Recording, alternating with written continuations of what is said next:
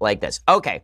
Meanwhile, the left demonstrates that they do, in fact, have complete Trump derangement syndrome. So Jeanine Pirro of Fox News was on The View. How does Jeanine Pirro get to be on The View and I don't get to be on The View? What is the deal here, guys? Okay, what is this? I've been begging you to book me on The View for literally years at this point. Now, I understand you don't want to have me on The View. I get you don't want to have me on The View because it's going to get weird and ugly. But that's the whole point. Don't you want it to be good TV? So anyway, they have Jeanine Pirro on, and it does get weird and ugly. So Jeanine Pirro says to Whoopi Goldberg that she has Trump derangement syndrome, which is clearly true. And things get wild. Here's my question for you, because you talk about. I am not, Judge. Nobody is. Oh, yeah. Did you just point at me? Yes. Listen, I don't have Trump derangement. Let me tell you what I have. Okay, and then it gets crazier from there. Whoopi eventually goes so nuts that she essentially throws Jeanine Pirro off the set because Jeanine Pirro says that Whoopi Goldberg has Trump derangement syndrome, which she clearly does. Here's Whoopi Goldberg losing her mind, saying, I'm done, and then bringing this nutty segment to a crashing halt. You know what's horrible? Horrible when the president of the United States whips up people to beat the hell out of people. No. Say goodbye. I'm done. Thank you, Judge Jeanine Pirro, for both liars, cheaters, and liberals. Okay, and so it ends like that. But then it gets even worse. So Jeanine Pirro was on Sean Hannity's radio show the other day, and Jeanine Pirro explains what happened directly after that little tiff.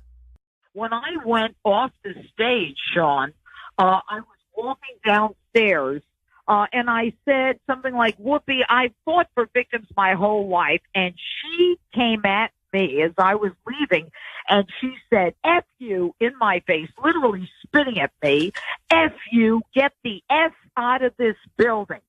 Okay, so obviously she does not have Trump derangement syndrome, Whoopi Goldberg. Obviously she's a completely sane person, having normal political discourse. This is the level to which things have sunk. Okay, the level to which I think Whoopi Goldberg is representative of a hardcore base of leftists. That this is how they feel, that anyone who disagrees with them is an evil, evil human being, and you can't even have a discussion about the issues. Now, look, Jeanine Pirro is a very pro-Trump guest. There's no question. But they knew that when they booked her. If you're going to have Jeanine Pirro on, you at least have to let her talk. This idea that you bring on a guest and you don't let them talk is so beyond absurd to me. I don't understand it at all. When we do our Sunday specials here on the Ben Shapiro Show, one of the things that I do is I bring in people who disagree. I brought in Sam Harris. I brought in Eric Weinstein. I bring in people from the left all the time. We invite tons of leftist guests who won't even come because they don't want to do an interview. And I let them talk for like 15 minutes at a stretch because you want to know what they think so then you can critique what they think. But the left has decided that even having these conversations is to grant credibility to a side so evil that they must not be heard. You know, Whoopi Goldberg has a slot on that show every single day. Everybody in the audience knows what Whoopi Goldberg thinks about these things. Wouldn't it behoove Whoopi Goldberg and the folks on The View to at least let Jeanine Pirro make her point of view known? Especially because you know the audience is going to laugh at Jeanine Pirro anyway, because it's a View audience. It demonstrates real cowardice. Props to Bill Maher. Props to Bill Maher. Bill Maher had me on a couple of weeks ago, and props to Bill Maher, who actually let me talk. We had a reasonable conversation. We disagreed about nearly everything. His audience was against me. He acknowledged that at the very beginning, and then we had a reasonable conversation. Good for people like Bill Maher, really, because there are very few of these folks left in American discourse, and Whoopi Goldberg and Joy Behar on The View demonstrate it pretty much every day. It's really, really quite pathetic. Okay, so let's get into the mailbag. Let's jump right in. So Neil says, after her appearance on The View, Judge Jeanine was apparently cursed out and forced to leave the building by Whoopi Goldberg. Does her experience on The View deter you from wanting to appear on it? Excellent first question, Neil. The answer is no. I want to go on it more than ever because I think I can have a good discussion with Whoopi if she will allow us to have such a good discussion. Especially because I think that so many folks on the left want to box everybody on the right into you're an evil, mangy, terrible, horrible human being. And people on the left have a surprisingly hard time doing that with people who are not terrible, horrible human beings. I don't consider myself in that category. So I'm happy to have anytime a reasonable conversation about these issues. I think that's exactly the reason why some folks on The View don't want to have me on. The top rhetoric about Trump. They just can't help themselves. They have to go over the top on every element. So here's Whoopi Goldberg talking about Donald Trump. And it's not just that she disagrees with what Trump is doing. Donald Trump is now, you guessed it, the Taliban. We have a leader who has repeatedly demeaned women, right, wants to defund organizations that benefit women, calling on the media to shut up, specifically wants to give preferential treatment based on religion. Are these values really much different than the Taliban's? I mean...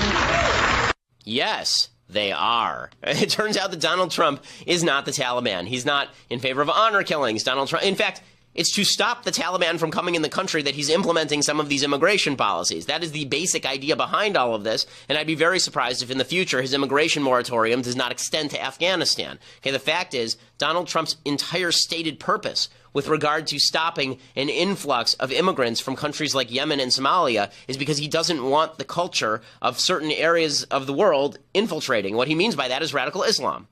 It's not a Muslim ban, because radical Islam and Islam are not the same thing. But it is an attempt to fight the infiltration of radical Islam into the West. So no, Donald Trump is not like the Taliban. The idea that Donald Trump is the Taliban because he is, at least in policy, pro-life. The idea that Donald Trump is the Taliban because Donald Trump doesn't want me to pay for your contraceptives. The idea that Donald Trump is the Taliban because Donald Trump is undertaking immigration reform that is in large part moderate. I mean, it really is. Again, of the 10 most populous Muslim countries on earth, 9 of them are still able to send whoever they want to the United States.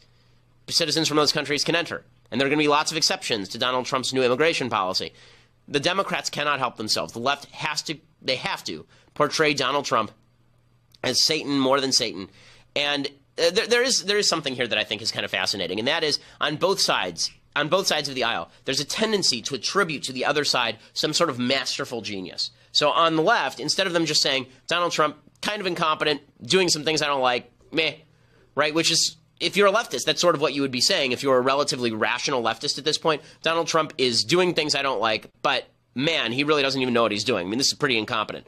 That's what, if I were on the left, that's what I would be saying at this point. But instead of doing that, they have to attribute to Donald Trump satanic, all-knowing power.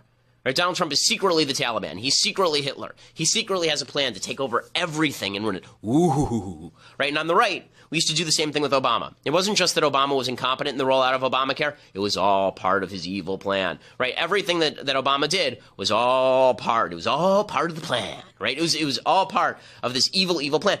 Here's the truth. Most of the people in government suck at their jobs because most people in America suck at their jobs. Most adults suck at everything. Okay, the great lie of being an adult is that other adults know what they're doing. They generally don't. We all sort of muddle through, and then we hope for the best. The same is true in government. Because we attribute this level of mastery to government, we think it matters so much who heads the government, and when someone we like is in charge, we want that person to have more power. Because after all, if he's our side, we think he's the master of the universe, right? So when Donald Trump botched this executive order rollout, you had people saying it's 4D chess. It's 4D chess. No, it's not 4D chess, okay? If it's 4D chess, it's the kind of 4D chess like in Star Wars where you don't play chess with the Wookiee because he gets mad and rips out your arms, right? It's not actually Donald Trump playing four-dimensional chess in time, right? That's not what's going on here. But because there are so many people who have a religious belief that our leaders know what they're doing, they say give them more power, they know what they're doing. It hasn't been true for 100 years. We've muddled through anyway, but it hasn't been true for 100 years. You want to actually have a better country? Stop treating the people in government as though they're experts and know what they're doing all the time with evil plans or good plans, and just say, you know what? Whether they're evil, whether they're good, let's just cut the power of government totally, and then it won't matter because they're incompetent. It won't matter if they're evil, won't matter if they're good, they can't do anything. Right? What I would prefer is if we treated Washington, D.C. like it was the DMV and took as much power away as humanly possible. Okay? Everybody is trying to turn Donald Trump into Darth Vader on the left. And on the right, everybody tried to turn Barack Obama into Darth Vader. And I think Obama was in many ways more competent than Trump is at a lot of things. And I think he had more plans than Trump does. I think Trump is pretty ad hoc. But Obama wasn't in charge of things either. It turns out very few people are actually Darth Vader. Very few people are actually capable of being Darth Vader. And so that means that we should actually take power away from them. And if you're really that worried about Darth Vader, by the way, on the left, if you're really that worried about Donald Trump being Darth Vader, how about this? Instead of him running the empire, let's downsize the empire so it's just the Mos Eisley DMV. The American people. Nowhere is this more obvious than when it comes to disdain for religion.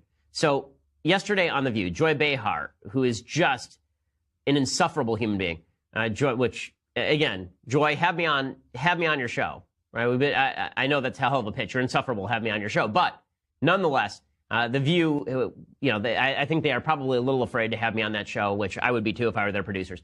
In any case, Joy Behar goes after Mike Pence yesterday in the most disgusting terms about his religious observance.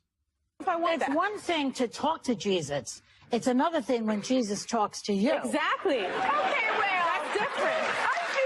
That's different. That's called mental illness, if I'm not correct. But I'm hearing voices. Okay, so just to be straight about how the left views religious people, if you say that you heard the voice of God, Okay, what you mean usually, okay, let me just explain on behalf of religious people everywhere. When you say that you got a message from God, you don't actually mean that God sent you an email. Okay, it's not Bruce Almighty. This is not God picks up the phone and calls you. It's not Joan of Arc, you're hearing actual godly voices. What you get is a feeling that perhaps you're acting in consonance with your meaning in the universe. Okay, that you're acting in consonance with what God wants of you as you can decipher it in his word. Okay, that's what we mean as religious people. We don't mean that we're sitting around and Jesus starts talking to us. Say, ha, this is Jesus. Okay, that's not what we mean. Mike Pence, I don't know why he has a southern accent either, but the idea that Mike Pence is sitting around in the VP office waiting for Jesus to give him orders is insipid. I will also point out that Joy Behar would be the first person to say that men who say they are women do not have a mental illness. So if you're a man and you say you're a woman, you're not mentally ill. If you're a woman and you say you're a man, you're not mentally ill. But if you're a religious person and you say that you are trying to believe according to the dictates of Jesus and that you feel that you've gotten messages from Christ in your life, that this means that you're a full-on nutso. It's that sort of disdain for religion that is driving millions of people in the United States away from people like Joy Behar.